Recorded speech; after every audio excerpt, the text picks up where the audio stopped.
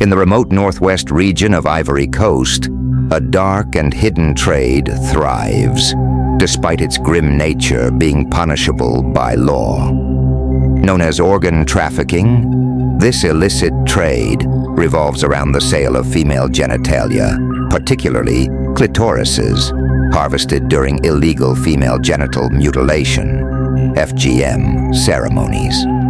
Though FGM has been banned in Ivory Coast for over a quarter of a century, the practice persists, driven by deep-rooted mystic beliefs and cultural pressures. Moussa Diallo, a former witch doctor, once smeared his body with a lotion made from ground clitorises, believing it would grant him power and dominance.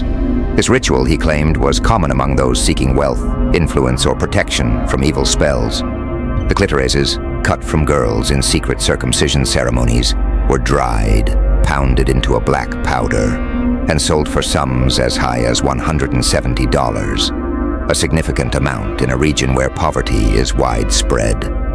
Diallo, who has since turned his back on such practices, shared his experiences with AFP, revealing a thriving underground market for these so-called magical ingredients.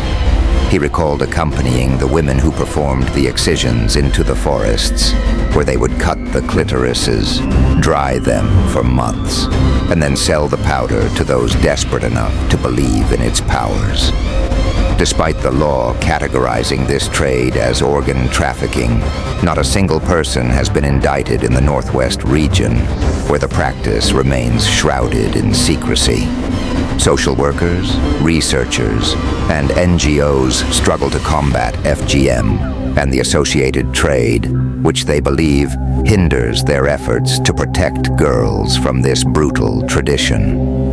In some parts of Ivory Coast, the powdered clitoris is believed to enhance fertility when mixed with seeds, or to keep husbands faithful when used as an aphrodisiac. Even blood from cut women is used in rituals to honor traditional gods. These beliefs, deeply entrenched in the culture, make it difficult to eradicate the practice. Though the overall rate of FGM in Ivory Coast has decreased, it remains alarmingly high in certain regions. The cutters themselves are often feared and respected, seen as both protectors and prisoners of evil spirits. The trade continues in secret, with ceremonies hidden behind traditional festivals and circumcisers from neighboring Guinea, where FGM rates are even higher, frequently crossing the border to perform the procedures. The story of Moussa Diallo and the ongoing trade in female genitalia highlights the challenges faced by those fighting against FGM. While the law condemns these practices, the mystic beliefs that sustain them remain deeply ingrained in the fabric of Ivorian society, perpetuating a cycle of violence and exploitation against women and girls.